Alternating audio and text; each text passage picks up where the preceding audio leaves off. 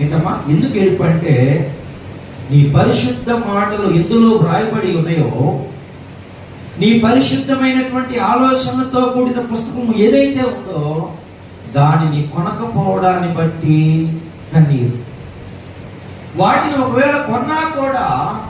వాటిని అనుసరింపక పోయినందున, వాటిని చదవకపోయినందున నేను ఏడుస్తున్నాను అంటున్నాడు.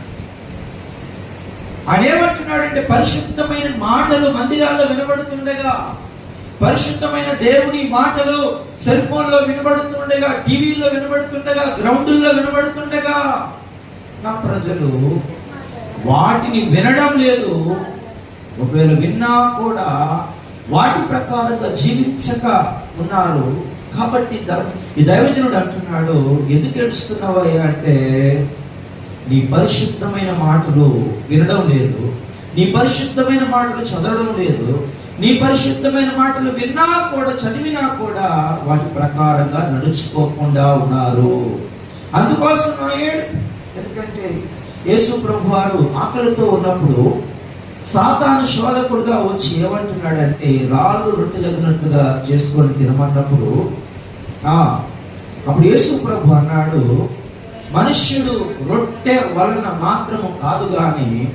దేవుని నోట నుండి వచ్చే ప్రతి మాట వలన జీవించను అనే వాక్య ప్రకారంగా మనిషి బ్రతుకుతాడని చెప్తూ ఉంటుంటే, దేవుని మాటకు అంత విలువిస్తుంటే, దేవుని మాట ఎంతో బలము కలిగి ఉందని వాక్యం సెలవిస్తూ ఉంటుంటే,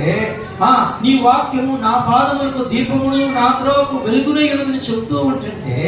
నీ వాక్యము నాకు దొరకగా నేను తిన్నానని చెప్తూ ఉంటుంటే, నీ వాక్యము తేనె కంటే మధురమైనది, జుట్టు తేనె కంటే మధురమైనదని చెప్తూ ఉంటుంటే, నీ వాక్యము బంగారం కంటే శ్రేష్టమైనది, మేలిమి బంగారం కంటే అని నీ వాక్యాన్ని ఎంతగానో ఇచ్చిస్తే, మీ నామాన్ని ఎంతగానో ఘనపరిస్తే,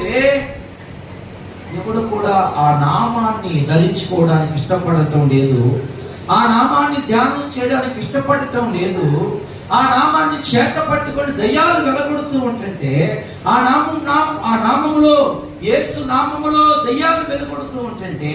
యేసు నామములో రోగులు స్వస్థపరుస్తూ ఉంటుంటే, ఆ నామం యేసు నామం, ఆ నామం పరిశుద్ధ నామం, ఆ నామం ఘనమైన నామం. నా పరిశుద్ధ గ్రంథాన్ని ఎవరు కూడా చదవకుండా ఉన్నందున నేను ఏడుస్తున్నాను.